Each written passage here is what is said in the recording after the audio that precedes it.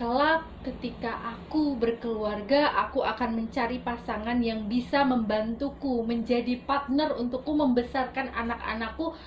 Mungkin saat ini aku memiliki luka. Mungkin saat ini aku tumbuh di keluarga yang tidak sehat, tapi kelak aku akan membuktikan dan aku akan membuat anak-anakku hidup di keluarga yang sehat, keluarga harmonis, dan aku terus belajar itu bersama pasanganku.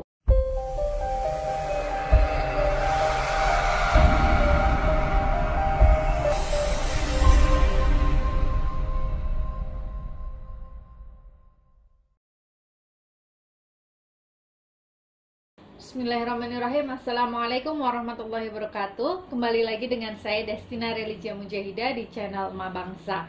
Jadi hari ini kita akan membahas tentang keluarga. Kembali membahas tentang keluarga. Kenapa sih? Karena kemarin itu banyak sekali yang DM di Instagram saya religia.mujahidah itu menanyakan bagaimana posisi mereka ketika mereka adalah seorang anak, kemudian mendapatkan keluarga yang patologis, keluarga yang disfungsional, dan dia merasa bahwa keluarganya itu tidak sehat. Misalnya ibu sama bapak itu saling bermusuhan, saling menjelek-jelekan satu sama lain ke anak, kemudian anak yang suka dibanding-bandingkan satu dengan lainnya, kemudian anak yang dibandingkan dengan anak tetangga. Bagaimana harus menyikapinya? Mereka merasa bahwa keluarganya tidak sehat gitu ya. Tetapi sebagai seorang anak, sebagai posisinya sebagai seorang anak, dia tidak bisa berbuat banyak. Saya harus seperti apa, Bu? Gitu. Jadi banyak sekali DM di Instagram saya seperti itu.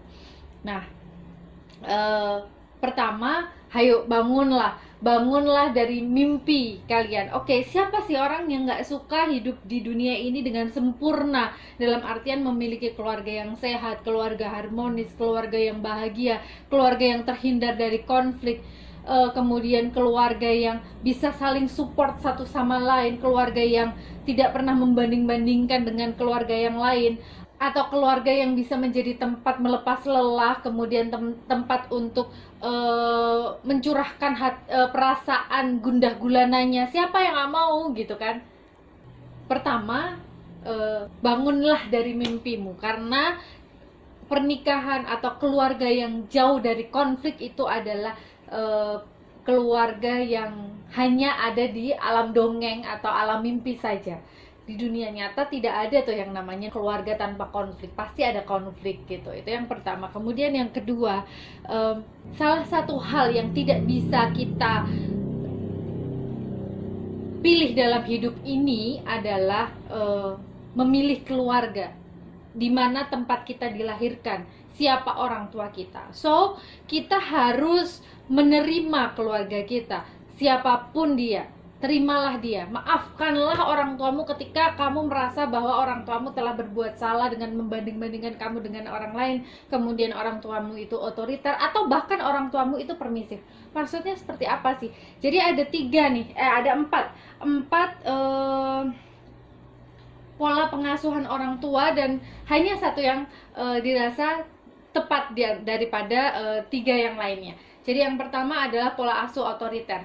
Orang tua yang otoriter itu cenderung menuntut banyak hal ke anak. Kamu harus bisa A, kamu harus bisa B, kamu harus bisa C. Kamu tidak boleh kalah dari anak tetangga. Kamu harus kamu harus ranking 1. Kamu nggak boleh kalah dari teman-temanmu.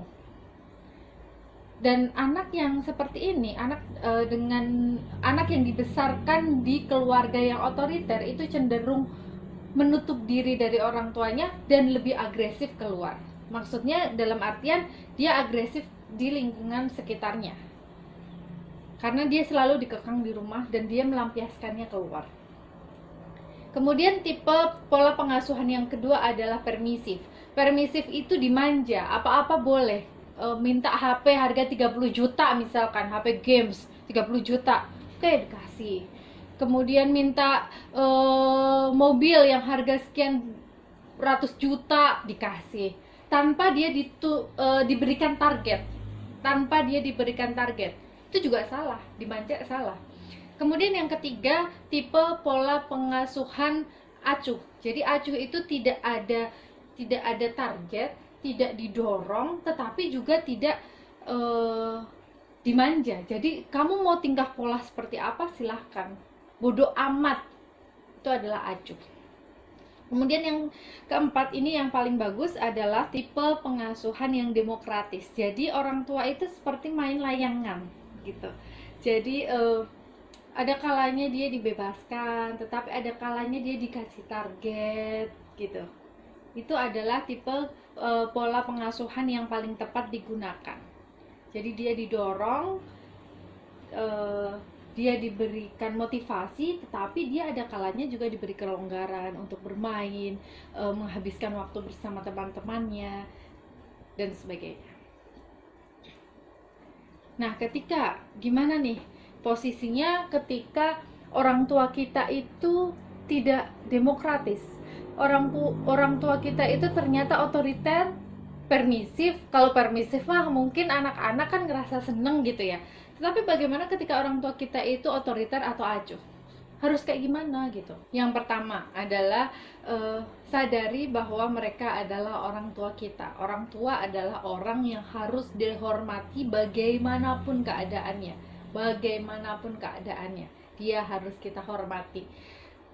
Ridho orang tua, ridho Allah itu tergantung pada ridho orang tua. Jadi, aduh, please banget hati-hati deh. Oke, hati-hati. Kemudian yang kedua, maafkanlah orang tuamu. Bagaimanapun juga mereka lah, kamu ada di dunia ini karena orang tuamu. Oke, mungkin memang kamu nggak minta dilahirkan di orang tua yang seperti itu, tetapi takdir Allah kamu dikasih di situ, berarti itu yang paling tepat untukmu. Jadi maafkanlah mereka. Bagaimanapun selama ini kamu sudah diurus sama mereka. Itu yang kedua. Kemudian yang ketiga, jangan internalisasi label yang keliru.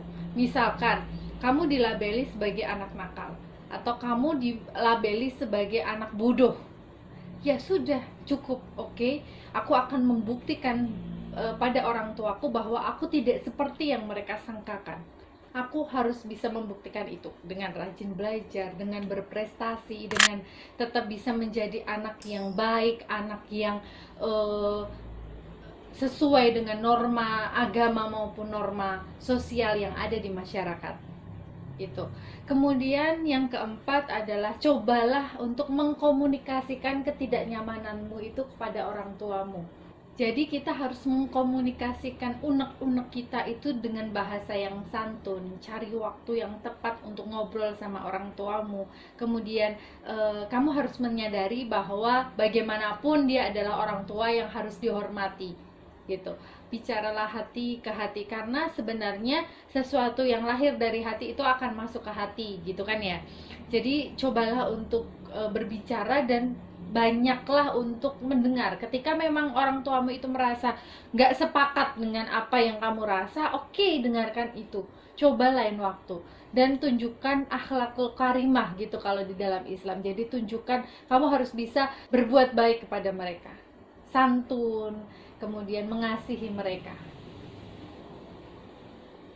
Kemudian ketika kamu merasa bahwa keluargamu itu patologis, keluargamu itu disfungsional dan tidak sehat, dan kamu ingin keluargamu itu berubah gitu ya, menjadi keluarga yang sehat, keluarga yang berfungsi dengan baik gitu ya, maka satu hal yang perlu diingat adalah kesepakatan antara anak, orang tua, suami, dan istri. Satu keluarga itu harus sepakat, satu keluarga itu harus menyadari bahwa oh ya, memang keluarga kita itu tidak sehat, keluarga kita itu disfungsional gitu ya.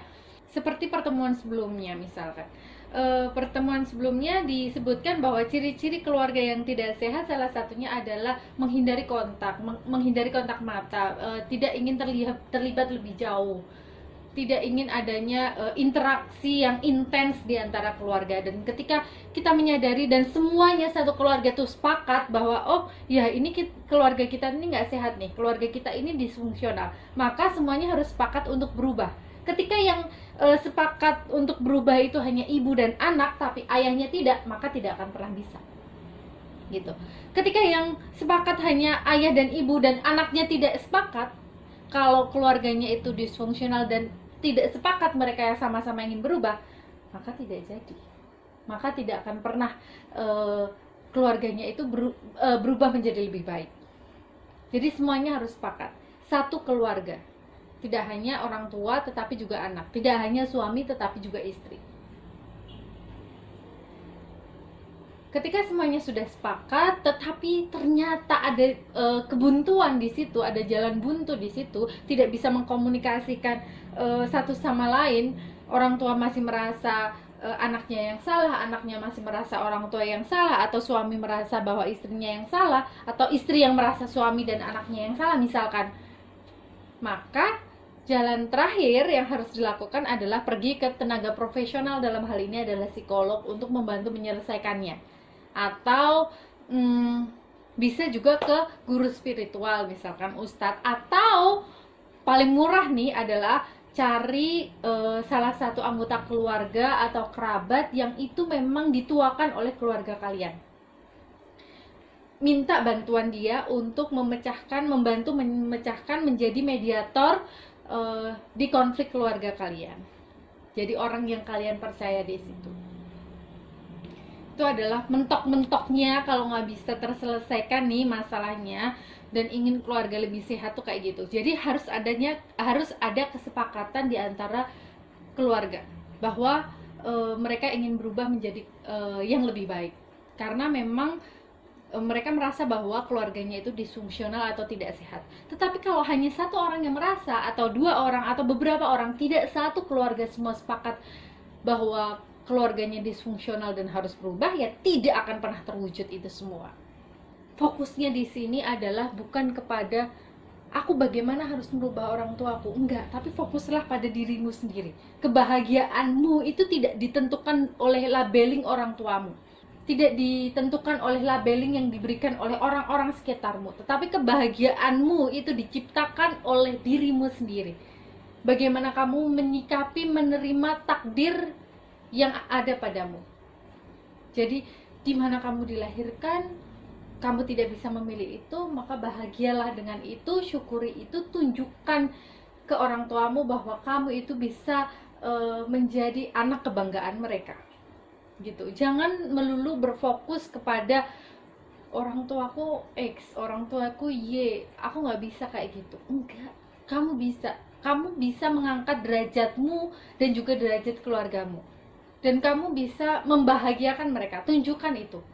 Tidak hanya membahagiakan dirimu sendiri, tetapi juga membahagiakan orang tuamu, membanggakan orang tuamu. Jadi jangan hanya berfokus kepada kesalahan-kesalahan labeling yang pernah diberikan orang tuamu kepadamu. Jangan-jangan memang kamu mungkin sedikit seperti itu dan kamu tidak mau berubah, dan kamu hanya fokus kepada kesalahan orang tuamu, tidak berusaha untuk menjadi lebih baik dan menjadi kebanggaan mereka. Itu ya. Jadi itu mungkin sedikit tips agar teman-teman bisa lebih menerima keadaan saat ini, menerima kondisi keluarga, dan berjanjilah pada dirimu sendiri bahwa kelak ketika aku berkeluarga, aku akan mencari pasangan yang bisa membantuku, menjadi partner untukku membesarkan anak-anakku. Mungkin saat ini aku memiliki luka, mungkin saat ini aku tumbuh di keluarga yang tidak sehat, tapi kelak aku akan membuktikan dan aku akan membuat anak-anakku hidup di keluarga yang sehat, keluarga harmonis, dan aku terus belajar itu bersama pasanganku. Jadi keluarga itu tumbuh dan berkembang bersama. Kebahagiaan itu kita ciptakan, bukan kita hanya melulu berfokus kepada kekurangan dan juga kesedihan. Mungkin cukup sekian, kita akan lanjut di next video-video selanjutnya, pembahasan-pembahasan selanjutnya. Kalau teman-teman suka dengan video ini, boleh share, like, dan juga subscribe. Jangan lupa juga follow Instagram saya, religia.mujahidah. Assalamualaikum warahmatullahi wabarakatuh.